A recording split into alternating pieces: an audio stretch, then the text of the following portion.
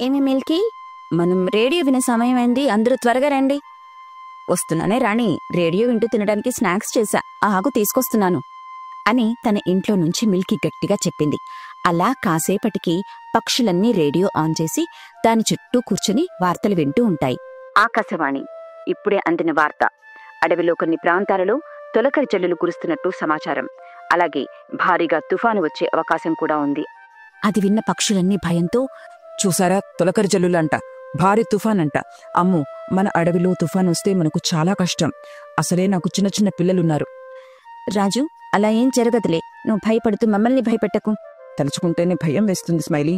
అందరూ ధైర్యంగా ఉండండి, ఏం కాదు, ఏమైనా సమస్యలొచ్చినా అందరం కలిసే ఎదుర్కొందాం అని వాళ్లల్లో వాళ్లు మాట్లాడుకుంటూ భయపడుతూ ఉంటాయి. అప్పుడు మొదలైంది భారీ తుఫాను. అయ్యో, ఏదైతే వద్దనుకున్నామో అదే వస్తుంది. పక్షులన్నీ తమ తమ పిల్లల్ని జాగ్రత్తగా పట్టుకోండి అని గట్టిగట్టిగా అరుస్తూ చెబుతుంది. తుఫాను మరింత ఎక్కువైంది. పక్షుల ఇళ్లన్నీ పడిపోయాయి. కొన్ని పక్షుల పిల్లలైతే గాలికి కొట్టుకుపోయాయి కూడా. దేవుడా, నా పిల్లలు కొట్టుకుపోతున్న ఈ తుఫానికి ఎవరైనా కాపాడండి అని బోరున ఏడుస్తూ ఉంటుంది. మిగిలిన పక్షులు తమ తమ పిల్లల్ని కాపాడుకుంటూ ఉన్నాయి, కానీ లాభం లేదు. మరికొన్ని పక్షి పిల్లలు కూడా గాలికి కొట్టుకుపోతున్నాయి. అలా కాసేపటికి తుఫాను ఆగింది. ఆగిన తర్వాత అడవి అంతా నిశ్శబ్దంగా మారిపోయింది. చెట్లకి ఆకుళ్ళు మిగల్లేదు. కొన్ని గాలికి విరిగి నేలపై పడ్డాయి. అవన్నీ చూసిన పక్షులు బాధ, భయంతో ఒక్కచోటికి చేరుకున్నాయి.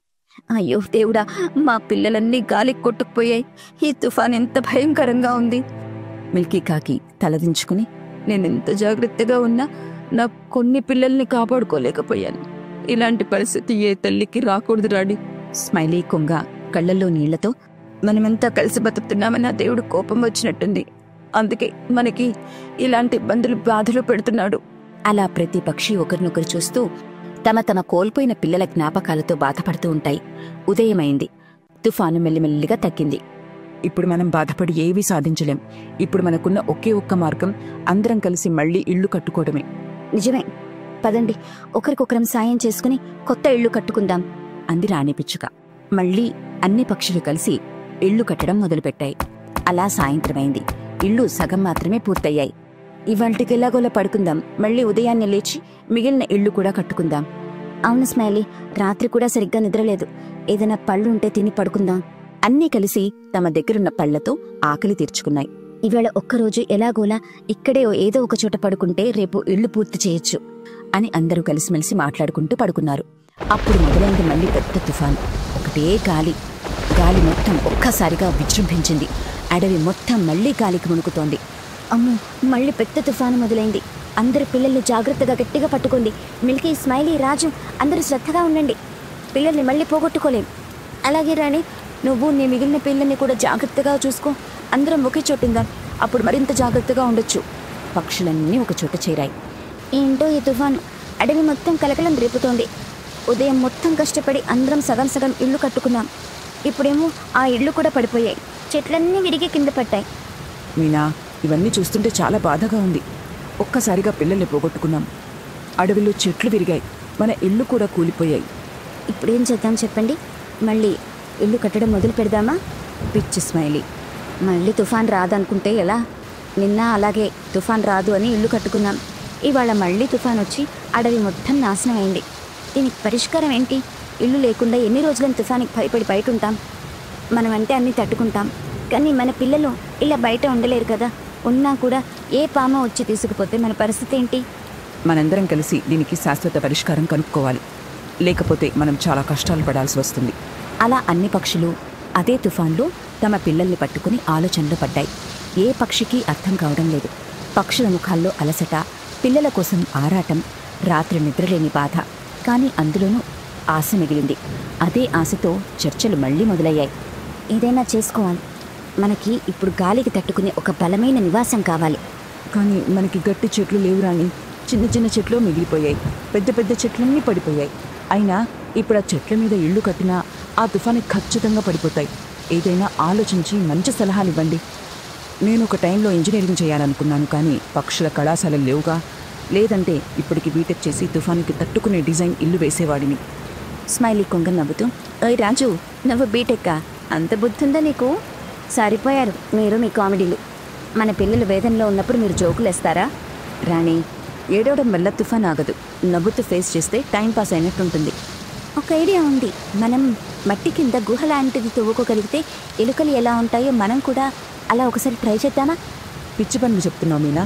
అయినా ఎలుకల నేలలో ఉండమంటావా? అవన్నీ మన వల్ల కాదు. అవంటే భూమి లోపల ఉండగలుగుతాయి, మనం అలా ఉండలేం. నువ్వు ఇలాంటి పిచ్చి పిచ్చి ఐడియాలు ఇవ్వకుండా వేరే ఏమైనా చెప్పు. కానీ ఎలా? చెట్లు మిగలలేదు, మట్టిలో ఇంట్లో ఉండలేం. అప్పుడు ఒక్కసారిగా రాణి పిచ్చుకకు ఒక బలమైన ఆలోచన వచ్చింది. చెట్టు తొర్ర, అదే పరిష్కారం. మిల్కీ, రాజు, స్మైలీ, మనం చెట్టు తొర్రల్లో ఇల్లు కట్టుకుందాం.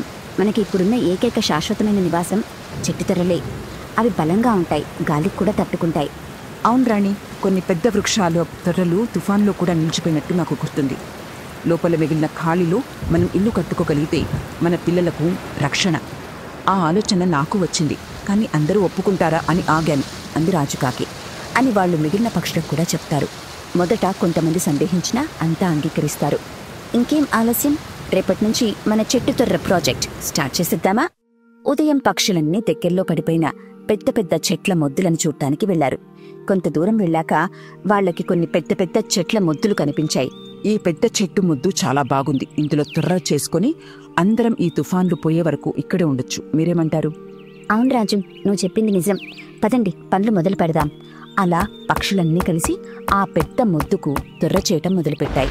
రాత్రైంది. మళ్ళీ అదే తుఫాన్, అదే భయం. కానీ పక్షులన్నీ తమ పనులు ఆపలేదు. కొన్ని పక్షులు పిల్లల్ని పట్టుకుని ఉంటే మరికొన్ని పక్షులు చెట్టు ముద్దులో తొర్రం చేసుకున్నాయి. అలా ఆ రాత్రి గడిచింది. ఉదయమయ్యింది. చెట్టు తొర్ర రెడీ అయింది. చూసావా రాణి, నువ్వు చెప్పిన చెట్టు తొర్ర ఐడియా మేమెలా పాటించామో? అవునే రాణి, నాకే చెట్టు తొర్ర ఈ తుఫానికి సురక్షితం అనిపిస్తోంది అని రాణి పిచ్చుక తెలివిని మెచ్చుకుని పొగడ్తలతో ముంచారు. ఆ రోజు నుండి పక్షులన్నీ కలిసికట్టుగా ఆ చెట్టు తొర్ర ఇంట్లో సంతోషంగా ఉంటున్నాయి. తుఫానొచ్చినా వాళ్ల చెట్టు తొర్ర ఇంటికి ఏమీ పిసినారి పిచ్చుకగా ఎంతో గొప్ప పేరు తెచ్చుకున్న రాణి పిచ్చుక రోజులాగే ఆ రోజు కూడా చీకటి పడుతుండగా తన ఇంటివైపు సంతోషంగా వెళ్తూ, దేవుడా, ఓ మంచి దేవుడా, ఈరోజు కూలీ పనికి వెళ్తే 1000 రూపాయలొచ్చాయి. నాకు చాలా సంతోషంగా ఉంది. ఈరోజు దొరికినట్టు రోజు పని దొరికేలా చూడు తండ్రి. ఆ దేవాగ్రద్ద వద్ద తాకట్టులో ఉన్న నా ఇంటిని తొందరగా విడిపించుకుంటాను అని దేవుణ్ణి వేడుకుంది. దారిలో ఒకచోట స్మైలీ కొంగ కలిసింది. ఏమే రాణి, ఈరోజు పెద్ద మొత్తంలో కూలీ డబ్బులొచ్చాయని అందరం కలిసి దావత్ చేసుకుందామనుకుంటున్నాం. నువ్వు కూడా మాతో దావత్ చేసుకోటానికి వస్తావా? ఏ దావత్కి నేను రాను స్మైలీ, మీరు వెళ్ళండి. ఎందుకు రావు రాణి? ఎప్పుడు ఎక్కడికి రమ్మన్నా రావు. అసలు మాతో కలవనే కలవవు. ఎప్పుడు చూడు డబ్బులు దాచిపెట్టడమే కాదు రాణి, అప్పుడప్పుడు వాటిని ఖర్చు చెయ్యడం కూడా తెలుసుకోవాలి. మీరందరూ నన్ను పిసినారుని అనుకుంటున్నారు, కానీ నేనేం పరమ పిసినారుని కాదు. కాకపోతే నాకు నచ్చిన ఫుడ్ని నేను ఇంట్లోనే చేసుకుని తింటాను, అంతే. ఈ ఒక్కసారి మాతో దావత్కి రావచ్చు కదా రాణి. ఓ దావత్ దావత్ అని అరిగిపోయిన పాత రికార్డర్లా అదే చెప్తున్నావు స్మైలీ. ఆ దావత్లో చికెన్ ఉంటుంది, కూల్ డ్రింక్ ఉంటుంది, అంతే కదా? కాదు కాదు, వాటితో పాటు ఎంజాయ్మెంట్ కూడా ఉంటుంది రాణి. ఇలా చూడవే స్మైలీ, నేను ఉదయం చికెన్ చేసుకున్నాను. అది ఇప్పుడు కూడా నాకు సరిపోతుంది. అందుకే నేను ఏ దావత్కి రాను. నువ్వెళ్ళు. ఏంటి, నువ్వు చికెన్ చేశానంటే నేను నమ్మాలా? అదేంటి, నేను చికెన్ తినకూడదా? పాడైపోయిన అన్నం తింటూ పైసలన్నీ దాచిపెడుతున్నావు. నువ్వు చికెన్ చేసుకున్నావంటే నాకు నమ్మబుద్ధి కావడం లేదు తల్లి. అయినా ఎందుకే ఇంత పిసినారితనం? అలా రెండూ మాట్లాడుకుంటూ ముందుకు వెళ్తుండగా ఒక చెట్టు మీద వాలి పండు తింటున్న మీనా చిలుక కనిపించింది. రెండూ కలిసి మీనా దగ్గరికి వచ్చాయి. మీనా, ఓ మీనా, పండు తిన్నది చాలు, ఇప్పుడు మనం రాణి ఇంటికి వెళ్తున్నాం దా. అందుకు రాణి పిచ్చుక ఆశ్చర్యంగా చూస్తూ, ఏంటి, మీరిద్దరు నా ఇంటికెందుకు స్మైలీ? అదేమిటే అలా అంట? నువ్వు చికెన్ చేసావు కదా, అది తినడానికి వస్తామని అంటున్నాము. ఏంటే, మీరిద్దరూ మా ఇంటికి వస్తారా? ఏం వద్దు వద్దు, నేనేం చికెన్ చేయలేదు, ఏం చేయలేదు. 1000 రూపాయలు ఖర్చు పెట్టి దావత్కి రావటం నాకు ఇష్టం లేదని అలా అన్నాను, అంతే. నాకు తెలుసే నీ గురించి, పిసినారితనానికి నువ్వే ఉదాహరణ. మీరేమైనా అనుకోండి, నాకు నచ్చినట్టు నేను ఉంటాను, అంతే. అని క్షణం కూడా అక్కడ ఉండకుండా తన ఇంటికొచ్చేసింది. ఒక డబ్బా తెరిచింది. ఆ డబ్బాలో చాలా డబ్బులున్నాయి. ఆ రోజు తనకొచ్చిన 1000 రూపాయలను కూడా ఆ డబ్బాలో వేసింది. ఇలాగే మరొక 10,000 సంపాదించగలిగితే తాకట్టులో ఉన్న తన ఇల్లు సొంతమవుతుంది అనుకుంది. అలా ఏం తినకుండా మంచంలో పడుకుంది. మరుసటి రోజున కిటికీ మీద వాలిన రాణి బయటికి చూస్తూ, ఈరోజు ఏంటో వాతావరణం చాలా చల్లగా ఉంది, వర్షం పడేలా కూడా ఉంది. ముందే వెళ్లి ఆహారం తెచ్చుకుంటే మంచిది. అసలే వర్షాకాలం, వర్షం ఎప్పుడొస్తుందో ఎప్పుడు పోతుందో తెలీదు అనుకుని ఇంటి నుంచి బయలుదేరింది. అలా ఆహారం కోసం చూస్తూ ముందుకు వెళ్తుండగా ఒక చెట్టుకి సగం కొరికిన పండు కనిపిస్తుంది. ఎంతో మురిసిపోయింది రాణి పిచ్చుక. అబ్బా, ఈరోజు కూడా ఎప్పట్లాగే డబ్బులు ఖర్చు చేయకుండా ఆహారం దొరికింది, ఇది చాలు. ఆ పండు దగ్గరకొచ్చి వాలింది.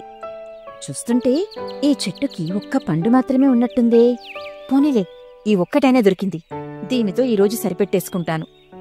రాణి ఆ సగం కొరికిన పండుని కొంచెం తినేసి, వామ్మో, ఉన్న ఈ పండు మొత్తం ఇప్పుడే తింటే మధ్యాహ్నమేం తినాలి, రాత్రికేం తినాలి?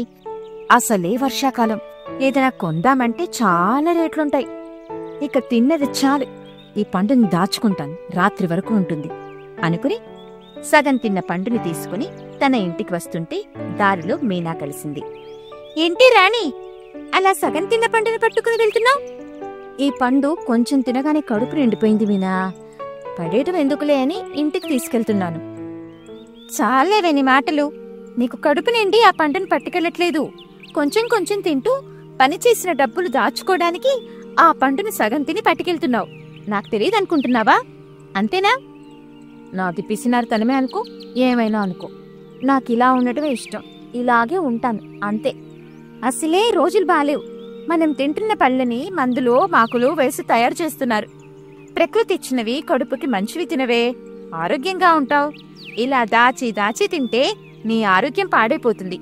అప్పుడు దాచిన ధనమంతా దవాఖానకు పెట్టాల్సి వస్తుంది. ఉన్నదే నువ్వు ఒక్కదానివి, ఇంత పిసినార్తనం ఎందుకు చెప్పు నీకు? ఇలా చూడవే, నాకు ఉండే ప్రాబ్లమ్స్ నాకున్నాయి. నేనేం చెయ్యాలో, ఎలా చెయ్యాలో, ఏం తినాలో నాకు బాగా తెలుసు. నువ్వేం చెప్పక్కర్లేదు. సారీనే, నా స్నేహితురాలివి కదా అని ఏదో నాకు తోచింది చెప్పా, తర్వాత నీ ఇష్టం. మీనా అక్కడి నుంచి వెళ్ళిపోతుంది. పిచ్చుక కూడా అక్కడి నుంచి వెళ్ళిపోతుంది. అలా రోజులు గడుస్తూ ఉండగా పిచ్చుకకు ఒకరోజు ఒంట్లో బావుండదు. దాంతో పిచ్చుక దీనంగా ఉంటుంది. తన ఇంటి పక్కనే ఉన్న శశి పావురం రాణి పరిస్థితి చూసి, ఏమే రాణి, చూస్తుంటే చాలా నీరసంగా కనిపిస్తున్నావు. కొంచెం ఒంట్లో బాలేదే, అంతే. అవునా, డాక్టర్కి ఏమన్నా ఫోన్ చేసి పిలిపించినా? ఏం కాలేదులే, కొంచెం నలతగా ఉంది. కొంచెం ఉన్నప్పుడే చూపించుకుంటే మంచిది కదా. ఓవర్ పెరిగిన తర్వాత చూపించుకుంటే చాలా డబ్బులు తీసుకుంటారు. సూది అంటూ, గోలి అంటూ, అదంటూ ఇదంటూ పర్సులో ఉన్న పైసలన్నీ ఖాళీ చేయించడం తప్ప డాక్టర్లు ఏం చేయరు. 2 రోజులు గడిచిపోతే అదే సెట్ అవుతుంది లేవే. రాణి, నీ ఆరోగ్యం బాగుంటేనే కదా ఎన్ని పనులైనా చేసుకునేది. అలా ఆరోగ్యం పాడు చేసుకుంటూ ఇంకా దేని గురించమ్మా డబ్బులు సంపాదించి దాచిపెడుతున్నావు చెప్పు? శశి మాట్లాడుతుంటే రాణి ఏం పట్టనట్టుగా అక్కడి నుంచి వెళ్ళిపోతుంది. దేనికి అంత చెప్పినా ఎవరు చెప్పినా మారడం లేదు. దీని పిసినార్తనంతో ఎన్ని ఇబ్బందులు తెచ్చి పెట్టుకుంటుందో ఏమో. ఇక దేవుడే దీన్ని కాపాడాలి అనుకుని వెళ్ళిపోతుంది. రాణి ఫోన్లో మాట్లాడుతూ, దయచేసి మా ఇంటిని ఎవరికి అమ్మకండి, నేను డబ్బులు తీసుకొని వస్తున్నాను. డబ్బులు కట్టి మా ఇల్లుని మీ తాకట్టు నుంచి విడిపించుకుంటాను. రాణి ఫోన్ పెట్టేసి దాచిన డబ్బులన్నీ లెక్క పెట్టింది. రావాల్సిన వాటికంటే ఎక్కువే డబ్బులున్నాయి. నాకు చాలా సంతోషంగా ఉంది. ఈరోజు నేను మా అమ్మ వాళ్ల ఇల్లుని విడిపించేస్తున్నాను అని అనుకుని డబ్బులు తీసుకుని సంతోషంగా దేవ దగ్గరికి వచ్చింది. ఏంటి, మొత్తం డబ్బులు తీసుకొచ్చావా?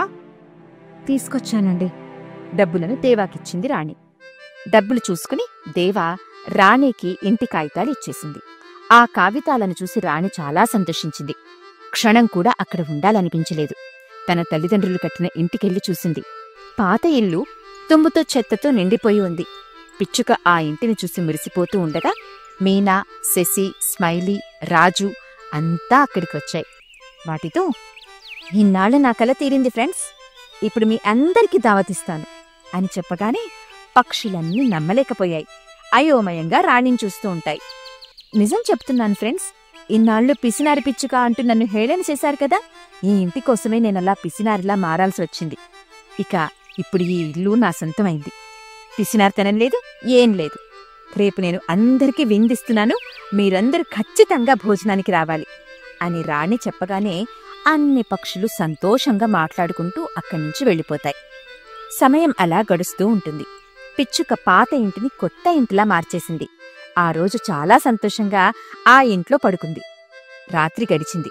మరుసటి రోజు పొద్దున్నే నిద్రలేచిన రాణికి దారుణంగా పడుతున్న వర్షం కనిపించింది. వామ్మో, ఏమిటి వర్షం? ఇక వెందెలా జరుగుతుంది అనుకుంటూ ఉండగా అన్ని పక్షులు గొడుగులు పట్టుకుని మరీ రాణి ఇంటికొచ్చాయి. చూసావా పిచ్చుక, పిసినారి పిచ్చుక బిందు అనగానే ప్రకృతి కూడా నమ్మలేకపోయింది వర్షం ఎలా పడుతోందో అంటూ అన్ని పక్షులు హేళన చేయటం మొదలుపెట్టాయి. మిమ్మల్ని చూస్తుంటే జాలేస్తుంది నాకు. ఎందుకు జాలి కలుగుతుందో తెలుసుకోవచ్చా? నేనిచ్చే విందు కోసం ఎంతో ఆశ పెట్టుకున్నారు పాపం. కానీ వర్షంలో పిసినారి పిచ్చుక విందు భలేగా ఉంటుందిలే. విందు ఏర్పాటు చే పిచ్చుక, కలిసి తిందాం అని పక్షులన్నీ పట్టుపడతాయి. సరే సరే కూర్చోండి అని పక్షులు కూర్చుంటాయి. పిచ్చుక అన్ని పక్షులకు న్యూస్ పేపర్స్ వేసింది. పక్షులు అయోమయంగా చూస్తుంటాయి. ఆ తర్వాత ఆ పేపర్లో ఒక్కొక్క కట్టె ముక్కని పెడుతుంది. ఆ తర్వాత ఒక్కొక్క టమాటా, ఒక్కొక్క ఆలు పెడుతుంది. పక్షులు ఆశ్చర్యంగా చూస్తూ ఉంటాయి. ఆ తర్వాత ఒక్కొక్క పచ్చి చికెన్ ముక్కని పెడుతుంది. అలా చేస్తున్న రాణి మీద అన్ని పక్షులు చాలా కోపంగా ఉంటాయి. ఏమిటైదే? వర్షంలో నేనిస్తున్న విందనుకో. అన్ని పక్షులకు కోపం వచ్చింది. కోపం తెచ్చుకోవద్దు, అన్నిటినీ వండి పెడదామంటే వర్షం పడుతోంది. నేను వాడేదేమో కట్టెల పొయ్యి, ఇంట్లో కట్టెలు ఇవే ఉన్నాయి, మరి ఏం చేయని చెప్పండి. పక్షులు వర్షంలో గొడుగులు పట్టుకుని పిచ్చుకను తిట్టుకుంటూ వెళ్ళిపోతాయి. ఆ తర్వాత పిచ్చుకని ఎప్పుడూ విందు ఇవ్వమని ఏ పక్షి అడగలేదు.